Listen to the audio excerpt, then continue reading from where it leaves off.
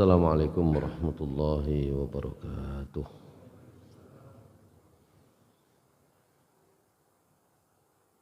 Innal hamdalillah nahmaduhu wa nasta'inuhu wa nastaghfiruh wa na'udzu billahi min shururi anfusina wa sayyiati a'malina. Man yahdihillahu فلا مضل له ومن يضلله فلا هادي له أشهد أن لا إله إلا الله وحده لا شريك له وأشهد أن محمدا عبده ورسوله لا نبي بعده. اللهم صل وسلم وبارك على نبينا محمد وعلى آله وصحبه ومن والاه. رب اشرح لي صدري ويسر لي أمري واحلل عقدة من لساني يفقهوا قولي. ربي زدني علما وارزقني فهما برحمتك يا أرحم الراحمين. Ma'asyiral muslimin, jamaah salat subuh di Masjid Al-Mahdi yang dimuliakan Allah Subhanahu wa taala.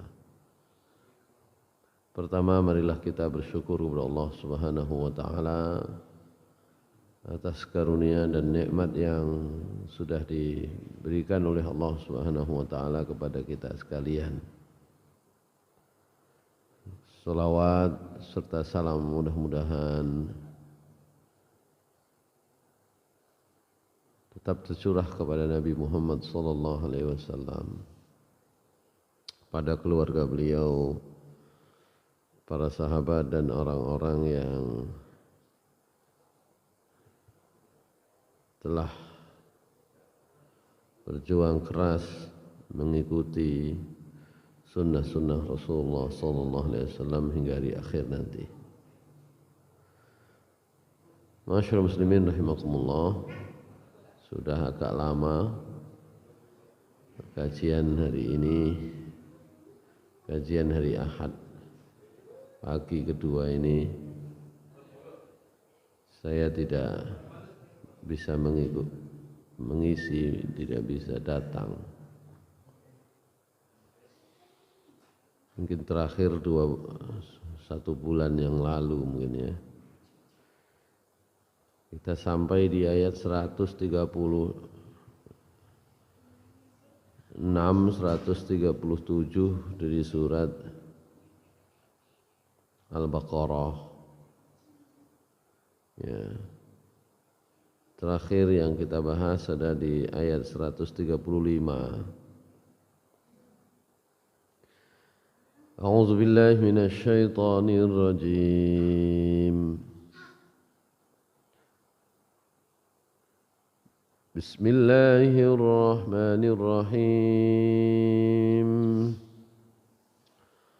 Qulu amanna billahi wa ma unzila ilayna wa ma unzila ila Ibrahim وما أنزل إلى إبراهيم وإسماعيل وإسحاق ويعقوب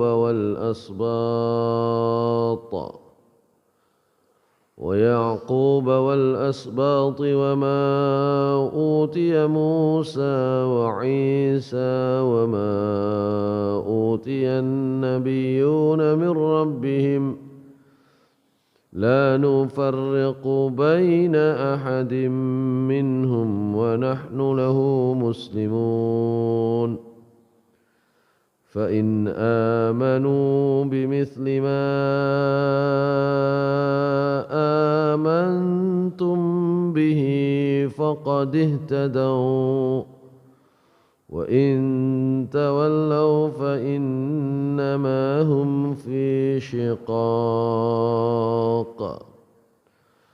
فسيكفيكهم الله وهو السميع العليم صبغة الله ومن أحسن من الله صبغة ونحن له عابدون. Nah, sampai situ dulu saja yang kita baca.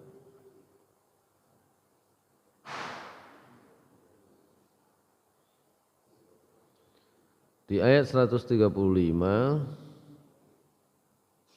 Allah Subhanahu wa ta'ala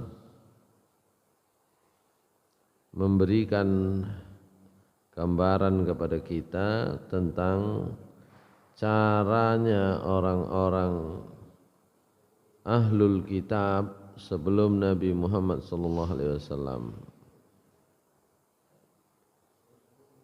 termasuk yang bertemu dengan mereka, yang bertemu dengan Nabi SAW, khususnya ketika di Madinah. Jadi orang-orang ahlul kitab itu biasa menyampaikan kunu hudan aw nasara tahtadu. Kalau mau benar ya jadilah Yahudi,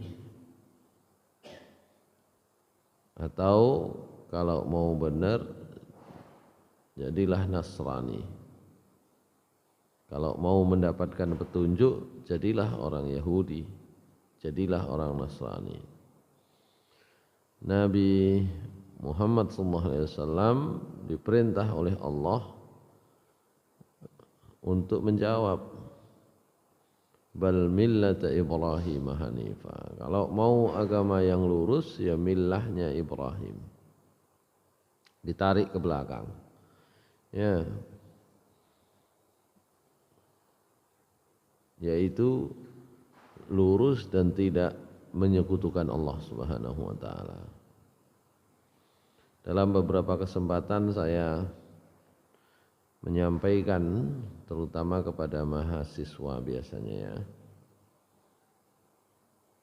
Ketika bicara tentang ciri khas karakteristik agama Islam, karakteristik itu ciri khas. Ciri khas agama Islam itu adalah pada prinsip ini. Prinsip apa? Prinsip tauhid. Karena sering kalau di kalangan anak muda, mahasiswa,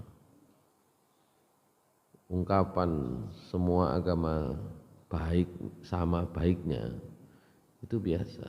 Semua agama itu sama baiknya. Sehingga kemudian cenderung mereka itu tidak biasa berdiskusi tentang apa yang sedang dijalaninya, sedang diyakininya. Nggak biasa didiskusikan. Sudah ditutup diskusinya. Kenapa? Semua agama baik saja. Atau kalau yang lebih ini ya, lebih ekstrim, semua agama benar. Saya sampai katakan kalau sama baiknya, kalau sama benarnya, ya sekarang Jumatono, besok ya hari Minggu ya datanglah ke gereja. Podo apike, podo bener ya. Kenapa kok susah? Gitu. Ini ungkapan semua agama sama, semua agama itu sama baiknya dan sama benarnya.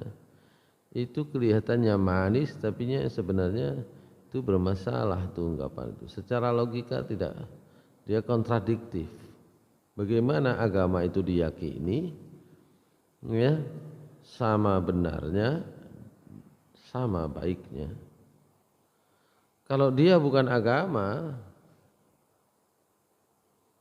tidak ada masalah. Karena keyakinan itu yang menuntun orang untuk menentukan sikap dan perilakunya.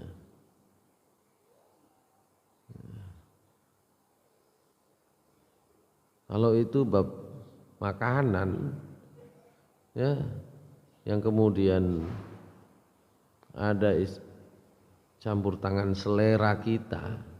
Nah, kalau selera kita makanan itu ya mungkin ya sama, ini ya, ada yang suka, ada yang nggak suka. Tapi meskipun itu selera manusia tentang makanan itu memang berbeda-beda, tapi kalau sudah ngomong bagaimana petunjuk dokter, ahli gizi, tentu ada makanan yang benar, makanan yang enggak, dan benar itu ya satu saja. Yang begini kriterianya benar itu A, B, C, D, begitu harusnya.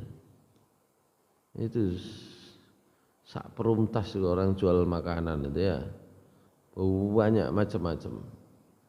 Ya kalau kita lihatnya itu ukurannya diri sendiri, ya selesai, nggak perlu dibahas. Tapi kan kalau sakit kan tanggung sendiri kan begitu. Disitulah konteks la ikraha fid dini, ya terserah, silahkan pilih, tapi ada resikonya, ada konsekuensinya. Kata Allah, la ikraha fiddin, tidak ada paksaan dalam agama. Cuma jangan diputus di situ. Ayatnya itu lengkap. Qad tabayyana ar-rusydu minal ghayy. Faman yakfur bit-taghuti wa yu'min billahi faqad istamsaka bil urwatil wuthqa. Memang beragama itu bebas. Pilih A, B, C, D, silakan. Tapi kata Allah, yang benar itu sudah jelas. Ya. Nah, kalau sudah masuk semua agama itu, ya, diberikan orang kebebasan untuk memilih, maka pertanyaan berikutnya adalah bagaimana kita memilih, yang seperti apa yang kita pilih. Allah Subhanahu wa taala, ya, memberikan ciri khas utama yang saat ini kita bisa diskusikan, itulah yang dimiliki satu-satunya oleh agama-agama di dunia, dimiliki oleh Islam dibanding agama-agama yang lain yang saat ini ada. Apa itu? Tauhid, mengesahkan Allah. Itu sudah enggak ada itu. Ajaran kasih sayang, ya, ajaran berbuat baik, ajaran untuk menjadi orang yang bertanggung jawab, ajaran, oh itu kan semua agama ada. Ajaran perdamaian, iya semua agama ada. Satu yang sudah ditinggalkan, tentang tauhid, mengesahkan Tuhan, mengesahkan Allah. Coba sampai lihat itu, sudah gak ada itu. Karena itulah sungguhnya ajaran utama yang diturunkan oleh Allah Subhanahu wa taala kepada seluruh manusia. Surat An-Nahl ayat 36.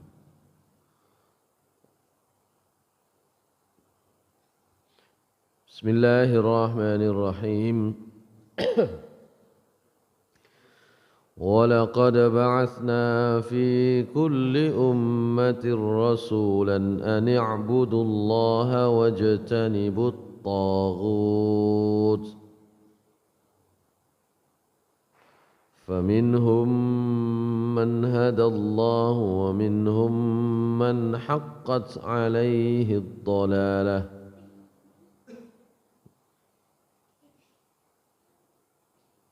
Dan sungguh benar-benar, la itu lam takkid, qad itu juga takkid. Takkid itu penegasan. sungguh benar-benar sudah kami utus bagi setiap umat rasulan, seorang rasul, di mana misi utamanya adalah memberi pesan kepada umatnya masing-masing, ani'budullaha wajtanibut taghut, untuk supaya mereka mau beribadah hanya kepada Allah dan meninggalkan, menghindari, menjauhi taghut. Masyaallah muslimin rahimakumullah. Jadi Allah Subhanahu wa taala sungguhnya sudah mengutus pada setiap umat di muka bumi ini kapanpun dan dimanapun seorang utusan menyampaikan supaya mereka mau hanya menyembah kepada Allah Subhanahu wa taala saja. Bahwa prakteknya bermacam-macam, bahkan kemudian sebagiannya justru bertentangan, menyekutukan Allah, itu biasa. Jangankan dulu, yang sekarang saja yang masih ada, yang masih mempertahankan ajaran tauhid itu yang mana? Islam. Itu saja umatnya, ya kalau sudah bicara syirik, prakteknya akeh. Banyak yang praktek begitu. Apa artinya? Sesungguhnya agama-agama yang ada saat ini merupakan ketika sudah di dalamnya ada doktrin keyakinan menyekutukan Allah. Tuhan itu ada 3, ada 300, ada 3000, ada banyak. Itu sungguhnya adalah penyimpangan dari ajaran yang sesungguhnya pada awalnya diturunkan pada leluhur mereka, umat-umat terdahulu di antara mereka. Kalau sudah menyimpang itu biasanya ya terus tambah jauh, tambah jauh, tambah jauh gitu. Makanya ketika orang-orang Yahudi Nasrani mengatakan, kalau mau mendapatkan petunjuk, kalau mau di jalan kebenaran, jadilah Yahudi, jadilah Nasrani. Tidak. Allah bicaranya kriteria, Allah bicaranya ukuran standar. Benar dan tidak benar itu ukurannya apa? Maka ukurannya adalah kalau mau lihat, lihatlah Nabi Ibrahim. Nah, begitu. Mengapa diperintahkan melihat Nabi Ibrahim? Nabi Muhammad SAW diutus membawa ajaran agama. Ajaran agama ini, ajaran utamanya adalah tauhid. Sudah ada orang Nasrani, sudah ada orang Yahudi. Orang Yahudi dan orang Nasrani itu juga saling klaim. Kemudian muncul lagi Nabi Muhammad SAW membawa ajaran yang mereka anggap ini juga menjadi kompetitor mereka. Maka Allah Subhanahu wa taala kemudian membuat filter. Oke lah, Anda belum terima apa yang dibawa Muhammad SAW. Oke lah, Anda mengklaim yang Anda miliki sendiri itulah yang benar. Yahudi mengatakan demikian, Nasrani mengatakan demikian. Maka Allah membuat filter. Tidak tergantung namanya, asal saya Yahudi, asal saya Nasrani, tidak itu ukuran kebenaran itu. Ukuran kebenaran kalau mau melihat, lihatlah Nabi Ibrahim. Kenapa? Orang Yahudi menolak Nabi Isa. Orang Nasrani menolak ajaran yang dipakai oleh orang Yahudi karena dianggap sudah ada utusan baru Nabi Isa. Tapi mereka semua menerima Nabi Ibrahim alaihissalam. Mereka semua terima Nabi Ibrahim. Maka Allah mengatakan yang benar itu prakteknya Nabi Ibrahim. Nah, kalau sudah melihat figur Nabi Ibrahim, maka yang dipraktekkan oleh Nabi Ibrahim adalah beragama dengan cara yang lurus. Nabi Ibrahim bukan Yahudi. Oh Yahudi itu baharu. Nabi Ibrahim bukan Nasrani. Ya, Nabi Ibrahim itu Muslim dalam pengertian berserah diri kepada Allah Subhanahu wa taala sepenuhnya dan lurus, tidak menyekutukannya. Itu intinya. Semua mereka menerima tentang Nabi Ibrahim itu tidak ditolak. Nah, kalau tentang yang mereka kerjakan orang Yahudi nolak orang Nasrani, termasuk orang yang dibawa oleh Nabi Muhammad SAW. Oh sopo Muhammad kan begitu, orang baru ini yang benar ini Yahudi. Orang Nasrani juga begitu. Maka Allah kemudian menariknya untuk mengikuti orang yang bukan Nasrani dan bukan Yahudi, karena Nasrani dan Yahudi itu baru istilahnya ya. Kalau ajaran agama yang dibawa oleh nabi-nabi Allah nggak masalah, tapi istilah Yahudi Nasrani yang sudah melekat di dalamnya tradisi-tradisi yang menyimpang, ya keyakinan yang menyimpang dari yang seharusnya dikerjakan, yang diturunkan pada awalnya, itu ya sudah keluar dari Islam. Makanya kemudian Allah berpesan di ayat 136, qulu orang-orang yang beriman diminta untuk berkata, amanna billahi, kami sudah beriman kepada Allah, wa ma unzila ilaina, dan beriman kepada apa yang diturunkan kepada kami, wa ma unzila ila Ibrahim, dan kepada apa yang diturunkan kepada Nabi Ibrahim, wa Ismail, kepada Nabi Ismail, wa Ishak wa Yaqub wal asbat wa ma utiya, dan apa yang diberikan juga kepada Nabi Musa, wa Isa dan Isa, wa ma utiyan nabiyyuna min rabbihim la nufarriqu baina ahadin minhum wa nahnu lahu muslimun. Pada seluruh nabi kami percaya. Cuma pertanyaannya adalah bagaimana percayanya kepada semua ajaran nabi-nabi itu? Kalau kita percaya kepada Nabi Muhammad sallallahu alaihi wasallam, ya, kalau kita percaya kepada semua apa yang dibawa oleh nabi-nabi sebelum Nabi Muhammad sallallahu alaihi wasallam, caranya bagaimana? Itu kan pertanyaan berikutnya kan begitu. Kalau sampean percaya kepada omongan saya, kalau sampean percaya kepada omongan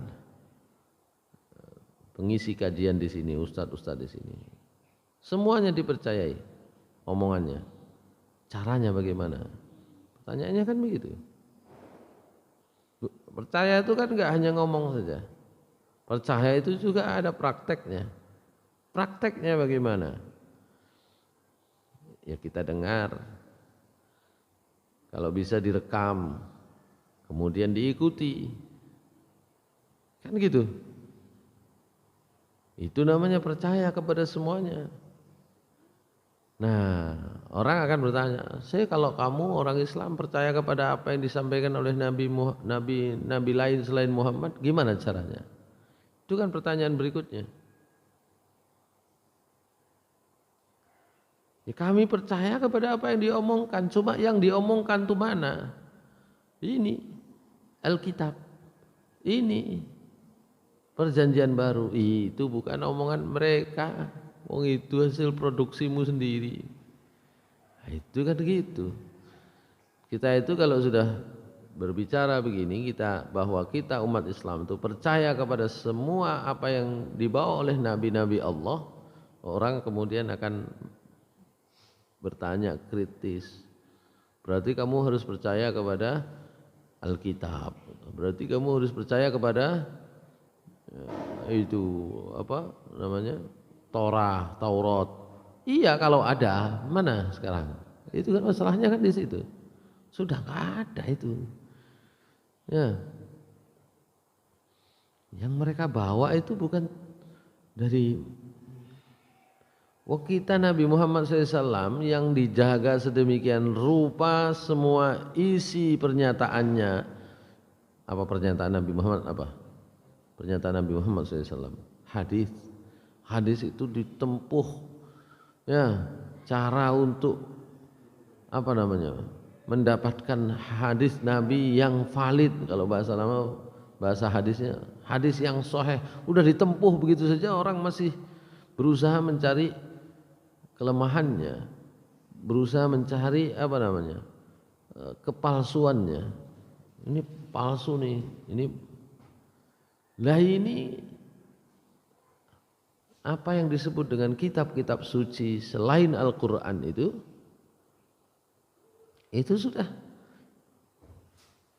sudah hilang. Ya, jalur periwayatannya sudah nggak ada. Diperoleh dari mana jalur periwayatannya? Itu kan. Saya sering memberi gambaran begini kepada mahasiswa. Itu gampangannya begini. Kalau kamu percaya nggak kamu yang diajarin oleh dosen matematika kamu, rumusnya begini, ini rumusnya begini. Percaya nggak kamu dengan yang disampaikan oleh guru-gurumu, dosen-dosenmu, mata kuliah lain, ini begini, ini begini, ini begini. Apa dasarmu percaya? Itu mahasiswa yang pintar itu, kalau yang kurang ini belum nyaut, belum nyantol itu susah jawabnya. Kalau yang pintar jawab, ya kita lihat dosen itu lulusan mana, Pak? Oh betul itu. Lulusan mana itu menunjukkan bahwa dia memang memiliki kapasitas untuk memastikan bahwa apa yang disampaikan itu benar. Lihatlah dia lulusan mana, lulus apa enggak lulus. Kenapa? Karena dengan jalur itulah kita mengetahui validitas ilmu, kevalitan, keakuratan ilmu yang disampaikan. Begitulah jalur hadis itu disampaikan. Ini ada dalam Sahih Bukhari, ini ada dalam Sahih Muslim, ini ada dalam. Nah, ketika sudah disebut di situ, oh Imam Bukhari dapatnya dari ini. Semua bisa ditelusuri orang per orang itu. Nah, barulah itu yang disampaikan oleh Nabi Muhammad SAW bisa kita pakai. Kalau ternyata ada ungkapan, dimasukkanlah itu sebagai, oh ini hadis Nabi. Padahal ketika ditelusuri, nggak ada jalurnya berasal dari Nabi. Maka kita tidak bisa pakai itu. Meskipun secara makna benar, misalnya ada benarnya, tapi ungkapan misalnya utlubul ilma walau bisin, dicari, itu bukan pernyataan Rasulullah SAW. Orang mengatakan, oh iyalah, secara ungkapan boleh, baiklah, mencari ilmu itu kemana saja, termasuk ke negeri Cina. Tapi oh bukan hadis Nabi. Karena nggak boleh diklaim sebagai hadis Nabi. Lah ini ada kitab suci yang diklaim kebenarannya, ditelusuri. Ini yang mana yang benar? Satu dengan yang lain bertolak belakang. Kemudian jalur periwayatannya juga. Nah, gitu. Meskipun di dalamnya ada juga yang benar isinya. Ya. Makanya ketika Allah mengatakan, katakanlah oleh kalian orang-orang Islam, kami beriman kepada seluruh nabi, karena pada prinsipnya seluruh nabi itu membawa ajaran yang sama. Kita tidak bisa mengikuti lagi wahyu yang diturunkan karena satu sudah terputus, dua medianya, ya baik suhufnya Nabi Ibrahim, Tauratnya yang dibawa oleh Nabi Musa, Injil yang dibawa oleh, itu sudah nggak ada. Maka yang kami percaya adalah Al-Quran, dan Al-Quran itu menyatakan dengan tegas kami mengikuti semuanya, khususnya di dalam mereka beribadah hanya kepada Allah Subhanahu wa taala. Kalau itu sudah jelas tuh. Dan jejak ajaran para nabi itu masih ada di dalam kitab-kitab yang sudah bercampur dengan tangan-tangan manusia itu. Masih ada jejaknya. Ya, masyaallah muslimin rahimakumullah. Tapi kembali lagi, ketika sudah ngomong keyakinan, selesai. berargumentasi apapun tidak bisa, karena keyakinan kita kepada agama itu dasarnya 3, disebut isyaratnya dalam Al-Quran. Satu adalah keturunan dari orang tua, orang udah nggak bisa gugat lagi. Ya, kenapa? Pengaruh orang tua itu disebut dalam teori sosial namanya social determinant. Pengaruh tekanan sosial itu sulit untuk dilepas. Ya. Keyakinan kita itu terbentuk karena kita dibentuk oleh lingkungan. Itu sudah susah. Sudah jalan nalar ini sudah nggak ketemu sudah.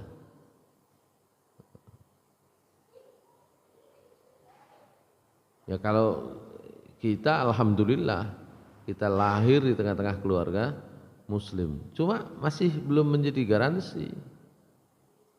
Jangan-jangan kita itu ya hanya jalan gitu saja, nggak pernah tahu ilmunya berjalan. Gitu. Beragama Islam ya sudah Islam aja, nggak pernah tahu ilmunya. Nanti menjadi bermasalah kalau kita sudah pindah. Ada kesempatan pindah kerja kemana? Luar. Lingkungannya di mana? Lingkungannya tidak sama. Ikut dia. Karena itu dia selama ini mengikuti sesuatu berdasarkan tekanan lingkungan sosial orang tua. Karena itu kebenaran yang ditunjukkan menurut petunjuk-petunjuk yang lebih rasional itu sulit diterima. Saya beri gambaran gampang. Ya. Kebiasaan, tradisi itu sulit untuk dilepas. Saya kalau di kampus itu kan karena ada prodi keselamatan dan kesehatan kerja. Ya, safety engineering. Ya, teknik keselamatan dan kesehatan kerja. Di situ pakai peralatan safety, pakai helm safety, pakai sepatu safety, pakai itu kan menjadi yang benar itu begitu kalau kerja. Misalnya ya, coba sampai tanya sama tukang bangunan yang ada di sekitar kita suruh pakai begitu. Ya, dari dulu begini yo aman, ngono malah ribet. Abot kabeh, pakai helm, ngeluh kan gitu ya. Apa artinya? Kebiasaan itu susah diubah. Gitu loh. Tidak gampang mengubah kebiasaan tuh. Yang kita peroleh dari lingkungan dan itu kita praktekkan bertahun-tahun kelihatannya aman, itu tidak mudah. Oleh karena itu tidak aneh kalau kemudian Islam diterangkan sedemikian rinci, rasional. Ya, itu sulit diterima. Kenapa? Ada mental block, ada hambatan. Hambatan utamanya adalah kebiasaan.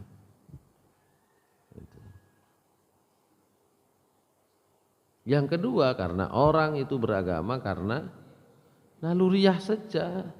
Nek pas butuh, iya, begitu kan? Beragama. Kita kan begitu, pas butuh tok. Ya, ndonga rada kenceng itu kan nek pas butuh tok kan gitu ya. Saya sering kasih contoh mahasiswa nek kate ujian masjidnya rada penuh gitu kan. Kate ujian ya mesti masjid agak penuh kalau ujian. Kalau enggak ya sing penuh kantin, yang penuh tempat nongkrong kan gitu. Apa artinya? Yang begini-begini itu sulit diharapkan bisa menerima agama dengan jalan yang ketiga, dengan jalan ilmu. Nah, Allah Subhanahu wa taala menggiring, mengajak kita untuk beragama dengan ilmu. Begitu. Tapi sekali lagi, ini akan terhalang oleh dua alasan utama lain orang beragama, yaitu kebiasaan dan hanya sekedar kebutuhan singkat itu. Begitu. Masyaallah muslimin rahimakumullah. Oleh karena itu kata Ibnu Katsir, maksud dari pernyataan Allah, katakanlah oleh kalian kalau ada orang Yahudi, orang Nasrani bilang jadilah Yahudi, jadilah Nasrani, pasti mendapat petunjuk. Katakanlah oleh kalian, kami beriman. Ya, kepada apa? Kepada kitab Taurat, kepada kitab Injil, kepada Zabur, dan kepada Al-Quran. Itu intinya. Tapi masalahnya kan Taurat, Zabur, Injil, termasuk apalagi suhufnya Nabi Ibrahim, itu sudah tidak bisa ditemukan lagi yang otentik, nggak ada. Meskipun sekarang itu kan harinya kan hari ini ya, Nuzulul Quran gitu ya. Atau kemarin ya, kemarin lusa gitu ya. Masyaallah muslimin rahimakumullah.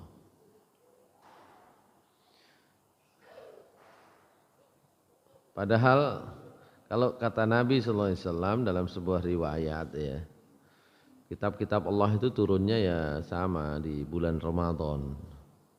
Ya. Dalam sebuah riwayat, hadis riwayat Ibnu Mardaweh, ya, maaf, Imam Ahmad dulu. Dalam hadis riwayat Imam Ahmad ini, qala Imam Ahmad Ibnu Hanbal rahimahullah, ya, beliau mendapatkan hadis Rasulullah SAW bersabda, unzilat suhufu Ibrahim fi awwali lailatin min Ramadan. Suhufnya Nabi Ibrahim itu diturunkan di malam pertama bulan Ramadan. Wa unzilatit Taurat li sittin madaina min Ramadan. Sementara Taurat itu diturunkan pada ya tanggal 6 bulan Ramadan. Wal Injil, sementara Injil li salasa asyarata khalat min Ramadan, diturunkan di hari ke-13 bulan Ramadan. Wa unzilal Qur'anu li arba'in wa ishrina khalat min Ramadan. Sementara Al-Qur'an diturunkan di malam atau di hari ke-24 bulan Ramadan. 24 ya. Iki yo gak ganjil, yo gak tanggal 17. Biasanya nuzul Quran 17 Ramadan. Kenapa harus ganjil? Inna anzalnahu fi lailatul qadar. Kami turunkan Al-Quran itu di malam Al-Qadar. Kapan malam Al-Qadar? Kata Nabi SAW, carilah di malam 21, 23, 25, di malam-malam ganjil 10 hari terakhir. Iki ono maneh 24. Dalam riwayat di bawahnya sama. Zabur diturunkan di malam ke-12. Ya, Injil di malam ke-18. Yang lain sama dengan hadis sebelumnya. Al-Quran di malam 24. Gimana ini? Nggak usah bingung dengan tanggal. Kenapa? Karena tanggal kita dengan tanggalnya planet Mars sudah nggak sama. Saya coba kalau bicara tanggal itu tanggal kita atau tanggalnya malaikat-malaikat Allah. Kita itu diberikan wawasan cakrawala yang lebih luas sebenarnya. Ya. Nabi SAW itu kan suruh carilah di malam ganjil, carilah di 10 hari terakhir, carilah di malam ganjil di bulan Ramadan. Tapi Al-Quran bicaranya diturunkan di malam Al-Qadar. Al-Quran di dalam surat Al-Anfal ayat 41, Al-Quran itu diturunkan pas perang Badar, tanggal 17 Ramadan perang Badar itu. Loh, kenapa Al-Quran itu tidak ngomong aja tanggal sakmi ini misalnya. Kenapa Nabi SAW itu nggak bicara saja, carilah Lailatul Qadar itu tanggal sekian. Nah kalau gitu kita nggak pernah mikir. Wes kabeh njagakno tanggal, sak tanggal iku tok. Begitu. Gitu. Sing liyane ditinggal nang mall. Gitu. Di samping itu ada persoalan, ini tanggal bumi apa tanggal kono. Tanggal selawe iku selawene wong Indonesia apa wong Kanada. Ayo. Enggak sama, Pak. Saya kemarin itu nyeting komputer itu, loh, tanggalku kok selisih yo. Tanggal komputer selisih. Jamnya selisih banyak. Harinya sudah selisih, jamnya selisih. Kalau kita dengan mereka yang ada di Kanada, tanggalnya enggak sama. Ya, selisih 1 hari.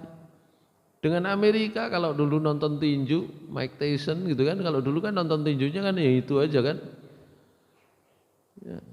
Di sana mainnya hari Sabtu, di sini kita nontonnya hari Ahad. Coba kalau ditentukan tanggalnya Lailatul Qadar tanggal 21 Ramadan misalnya ya. 21 itu 21 mana? 21 sini apa sono? Kan gitu.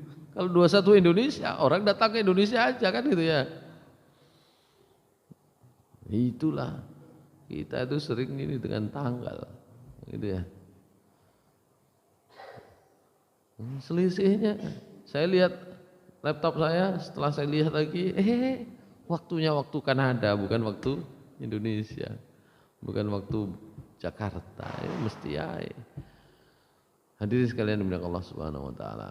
Itu tadi tentang tanggal turunnya Al-Qur'an, nuzul Al-Qur'an. Boleh peringati, silakan 17 Ramadan. Allah mengatakan di dalam surat Al-Anfal itu ayat 41 itu kan. Ya, a'udzubillahi minasyaitonirrajim. Wa'lamu annama ghanimtum min syai'in fa anna lillahi khumusahu walirrasuli walidhil qurba wal yatama wal masakin wa banis sabil in kuntum amantum billahi wa ma anzalna ala 'abdina yawmal furqani yawmal taqal jam'an wallahu ala kulli syai'in qadir. Ya, ketahuilah ghanimah yang kamu peroleh itu 1/5-nya adalah untuk Allah, untuk Rasulnya, untuk kerabat Rasul, orang-orang yatim, orang-orang miskin, anak-anak yatim, orang-orang miskin dan ibnu sabil. Jika kamu semua beriman kepada Allah, beriman kepada apa yang sudah kami turunkan kepada hamba kami yaitu Al-Qur'an pada hari Furqan, yaitu hari bertemunya 2 pasukan dalam perang Badar. Itu tanggalnya tanggal 17 Ramadan. Perang Badar itu dimulainya. Gitu. Tapi isyarat ini kan, ini isyarat saja. Ya. Tanggal pastinya Al-Qur'an turun, ya relatif lah kalau di sisi Allah tuh sudah selesai semua. Enggak pakai tanggal. Baik. Saya kira demikian. Jadi Allah Subhanahu wa taala memerintahkan kita untuk beriman tidak saja kepada salah satu nabi, tapi beriman kepada seluruh nabi-nabi yang diturunkan oleh Allah Subhanahu wa taala. Nabi Muhammad SAW sebagai nabi yang terakhir diturunkan, tentu saja apa yang beliau bawa itu dijaga oleh Allah. Ya, dan perintahnya iman kepada seluruh nabi. Caranya bagaimana? Caranya tentu saja dengan informasi-informasi yang diberikan oleh Allah, wahyu yang diturunkan oleh Allah kepada Nabi Muhammad dalam bentuk Al-Qur'an, dalam bentuk pernyataan beliau yang sampai saat ini sudah diuji ya oleh banyak ilmuwan ya tentang keotentikan dan keakuratan isinya. Kalau sudah dibuktikan berkali-kali keotentikannya, keakuratannya, berarti semua isinya itu benar. Tapi kalau sudah bisa dibuktikan kepalsuannya, boleh dikatakan yang lain sudah tidak bisa diikuti lagi. Begitu. Itu pakai logika ilmiah, teori probabilitas. Orang itu kalau sekarang dibuktikan benar, besok masih benar, besok benar lagi, maka besoknya itu orang itu masih bisa dipercaya, terus itu orang dipercaya. Meskipun yang dilakukan belum terjadi, tapi yang pernah sudah dilakukan dan itu dibuktikan kebenarannya, orang itu akan dipercaya terus. Tapi kalau sekali orang itu terbukti kesalahannya, ya, yang kedua, akhirnya juga ketahuan juga, maka kemudian orang akan bisa percaya, bisa tidak. Semakin banyak yang tidak benar yang dilakukan, orang akan semakin bisa meninggalkan. Begitu. Maka Al-Quran itulah yang dijaga oleh Allah Subhanahu wa Ta'ala. Inna nahnu nazzalna dzikra wa inna lahu lahafizun.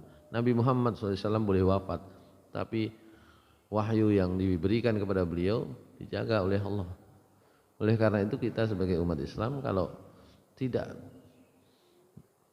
bisa mengawal Al-Quran, mengawal itu artinya kita tahu bahwa ini isinya benar. Kalau nggak bisa bilang begitu, ya jangan salahkan orang lain akan meragukan. Kita sendiri nggak ngerti.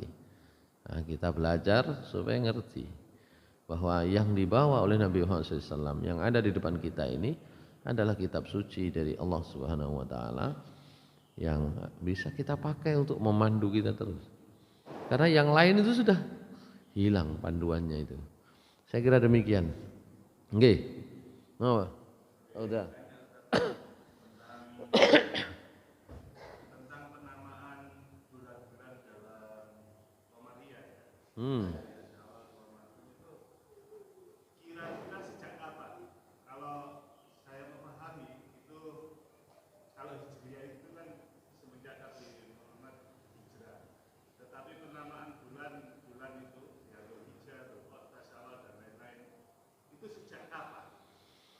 Saya tidak tahu persis nih Pak Uda, tapi penamaan ini kan berdasarkan kalendernya orang-orang Arab ya, kalendernya orang Arab ya, sehingga kemudian ini bisa jadi tidak sama, setiap umat kalendernya nggak sama, namanya juga nggak sama, begitu. Nah, kalender dengan sistem Komariah tapi sudah banyak dipakai ya. Jadi karena ini tradisi Arab itu nggak ada tradisi tulisnya. Itu beda dengan tradisi masyarakat lain. Itu penting, tidak bisa menulis. Orang Arab banyak yang tidak bisa menulis, itu penting. Untuk apa? Untuk keautentikan Al-Quran. Loh, apa hubungannya? Kalau dia tidak bisa menulis, apalagi orang Arab itu kan disebut masyarakatnya masyarakat ummi. Tidak bisa baca, tidak bisa tulis. Tapi mereka tahu tanda-tanda gitu kan. Hafallah. Itu penting untuk apa? Penting untuk bisa mengawal posisi Nabi Muhammad SAW supaya tidak dituduh dia membaca dari tulisan sebelumnya. Loh, Nabi Muhammad SAW tidak bisa menulis, tidak bisa membaca, itu posisi yang seperti itu penting. Supaya apa? Supaya orang tidak menuduhnya belajar dari kitab-kitab sebelumnya. Lah nek iso maca, lha iku biyen maca kono. Iki biyen begitu. Itu penting. Sehingga tradisi Arab itu tidak banyak yang ditulis, Pak Uda. Enggak ada. Yang ada itu syair-syair.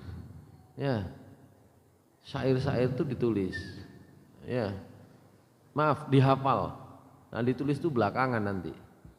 Ya, sebagian kecil saja yang bisa nulis itu mereka itu. Ya. Jadi kalau ditanya sejak kapan, saya tidak tahu. Saya belum tahu ya. Tapi mereka sudah pakai istilah itu.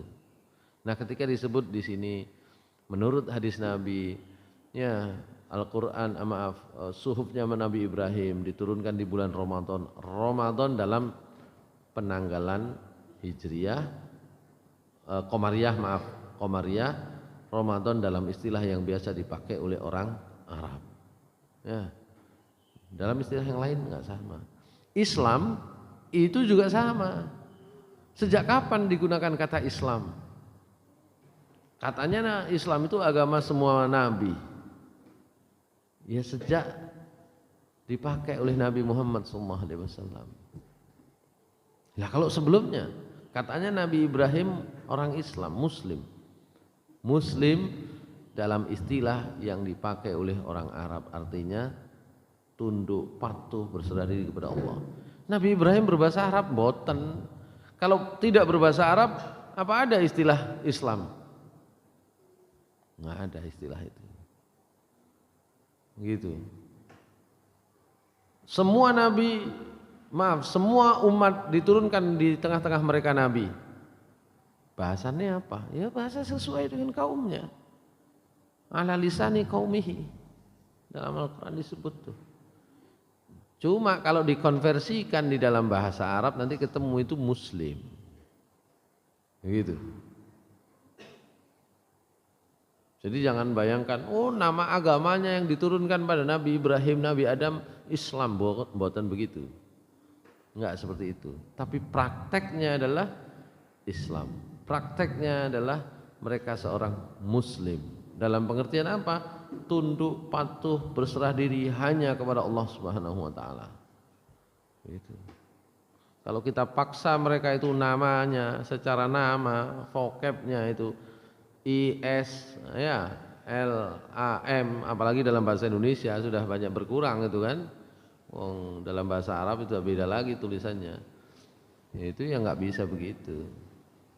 Mereka semua adalah Muslim, mereka semua ajarannya adalah ajaran Islam dalam istilah bahasa Arab. Dalam istilah bahasa mereka sendiri berbeda. Ya. Nama-nama nabi sama. Ya. Israel. Kalau nama nabi sama. Nama itu kan sama. Tapi kalau meskipun pengucapannya beda ya. Abraham, Afram, ya, Ibrahim, Musa, Moses, itu saja sudah berubah vocabnya ini ya, begitu. Baik, saya kira demikian. Itu pertanyaan yang tidak mudah tadi Pak Uda itu ya. Tapi saya bisa sampaikan bahwa itu memang penanggalan yang dipakai oleh masyarakat Nabi Muhammad SAW, masyarakat Arab, dan itu kemudian memiliki makna sendiri-sendiri nanti ya. Ramadan maknanya, Syawal maknanya, ada maknanya sendiri-sendiri. Ya, bukan sekedar nama. Nama itu selalu membawa makna, maksud. Ya, saya kira demikian. Mohon maaf atas hal-hal yang barangkali tidak bisa saya sampaikan karena keterbatasan pengetahuan saya. Aqulu qouli hadza wa astaghfirullah li wa lakum minal ghafurur rahim. Assalamualaikum warahmatullahi wabarakatuh.